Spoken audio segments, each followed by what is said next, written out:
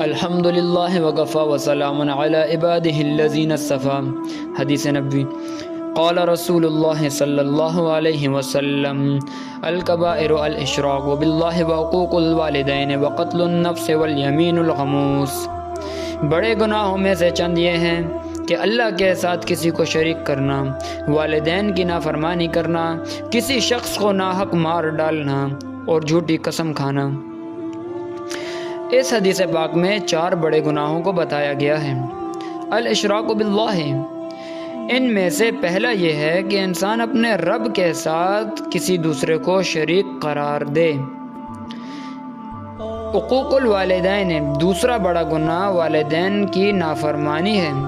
علماء اکرام رحمہ اللہ نے لکھا ہے کہ والدین کے بارے میں 3 باتوں کا خوب خیال رکھا جائے۔ نمبر 1 یہ کہ ان کو کسی قسم کی تکلیف نہ دے، نہ زبان سے، نہ ہاتھ سے، اور نہ ہی کسی اور طریقے سے۔ نمبر 2 یہ کہ اپنی جان و مال میں سے جتنا بھی ممکن ہو ان پر خرچ کریں۔ نمبر 3 یہ کہ جس وقت بھی وہ بلائیں حاضر ہو جائے۔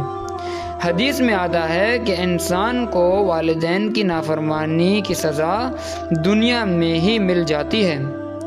قتل النفس، تیسرا بڑا گناہ کسی کو ناحق قتل کرنا ہے۔ ایک اور حدیث میں آتا ہے کہ جس نے ایک کلمہ سے بھی قاتل کی مدد کی تو یہ شخص میدان محشر میں اللہ تعالیٰ کے سامنے جب کھڑا ہوگا تو پیشانی پر یہ لکھا ہوگا ایسن من رحمت اللہ، کہ یہ شخص اللہ کی رحمت سے مایوس کر دیا گیا ہے۔